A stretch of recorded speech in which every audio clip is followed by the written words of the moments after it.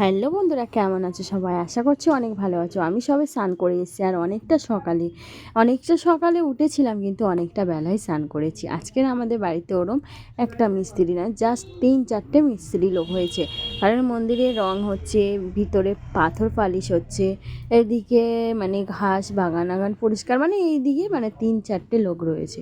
তো আজকে আমাকে একটা দাদাভাই কমেন্ট করেছে যে বৌদি ভাই তুমি করকম ভাষায় কথা বলতে পারো, জি বাঙাল ভাষায় কথা বলতে পারো কি? তো শোনো ভাই, আমি অত বাঙাল নই, তো আমি সেইভাবে বাঙাল ভাষায় কথাও বলতে পারি না। তো এই ভিডিওর মাধ্যমে তোমাদেরকে বলে দিলাম।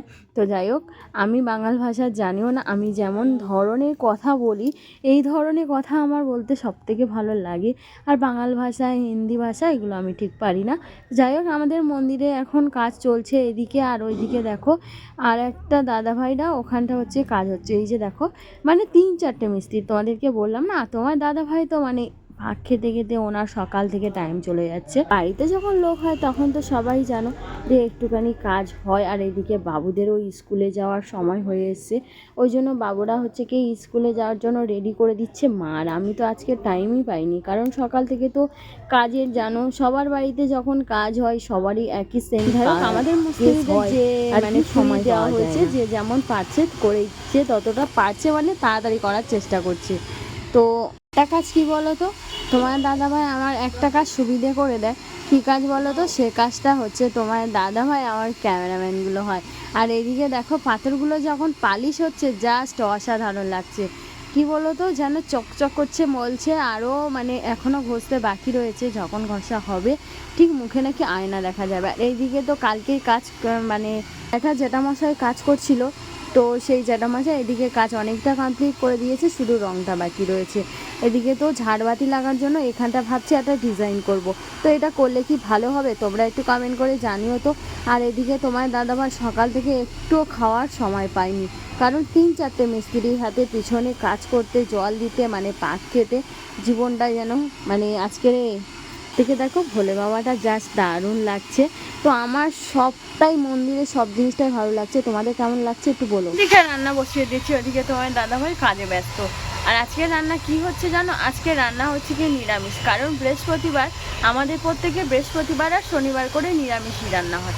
তো যেহেতু লোকজন হয়েছে, তাও মানে নিরামিষ চলছে আজকে। তো আজকের রান্না হচ্ছে গিয়ে একটা রান্না হয়েছে, ডাল হয়েছে, পাঁপড় ভাজা হয়েছে, চাটনি হবে, ঠিক আছে, আর হবে আর বেগুন ভাজা, আমি নিত্যানতুন ভাজাভুজি দিয়ে আজকে নিরামিষের ওপর থেকেই যাবে, ঠিক আছে। আর আজকের আমি একটু যাব আমার একটা বিশেষ কাজে, তো সেটা আমি অলরেডি অনেক সময় যাই, তো রিপিট করে আর বললাম না। মা হচ্ছে কি শরীরটা ভীষণ খারাপ, আর কালকের থেকে একদম এতটা পরিমাণে কাজের চাপ বেড়ে গেছে, সেটা বলার কথা না। মানে মা বাড়িতে এলে মানে কাজের আর শেষ থাকেই না।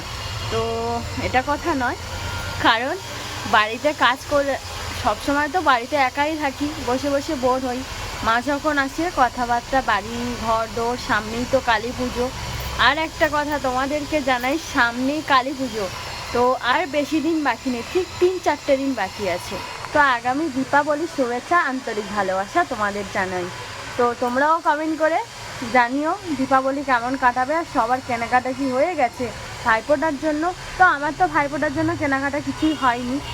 এখন মা বলছে যেতে দেবো না, তোমার ভাইকে এখানে ডাকো, এখানে ফোঁটা দেবে। এখন জানি না ফাইনালি কী হবে। যাওয়ার ইচ্ছা খুবই আছে মায়ের বাড়ি, কালী পুজো, মায়েদের বাড়িতে কালী ঠাকুর ওঠে, মানে পুজো অনুষ্ঠান, মানে ভালোই আনন্দ হয়। তো জানি না এবছর যাওয়া হবে কি না। যাই হোক ফ্রেন্ড, তো এখন রান্না চলছে, তারপর মানে সেরে নিয়ে আবার আমি এক জায়গায় বের হব। তো চলো ঝটাপট কাজটা সেরে নিয়ে তোমাদের সাথে আবার দেখা হচ্ছে। কাজ করতে করতে চলে এসেছে। কেমন লাগছে কাজ করতে? মুখ চোখ সব লাল হয়ে গেছে। যাই হোক, আমি ওইদিকে রান্না করছি, প্রায় আমার রান্না অনেকটা হয়ে গেছে। চলো এবার পরে একটা ছোট্ট ব্লগে তোমাদের সাথে কিছু কিছু করে শেয়ার করলাম, কেমন হয়েছে অবশ্যই বলো, ঠিক আছে। আবার নতুন একটা ব্লগে দেখা হচ্ছে, সবাই খুব ভালো থেকো, টাটা, আবার দেখা হচ্ছে।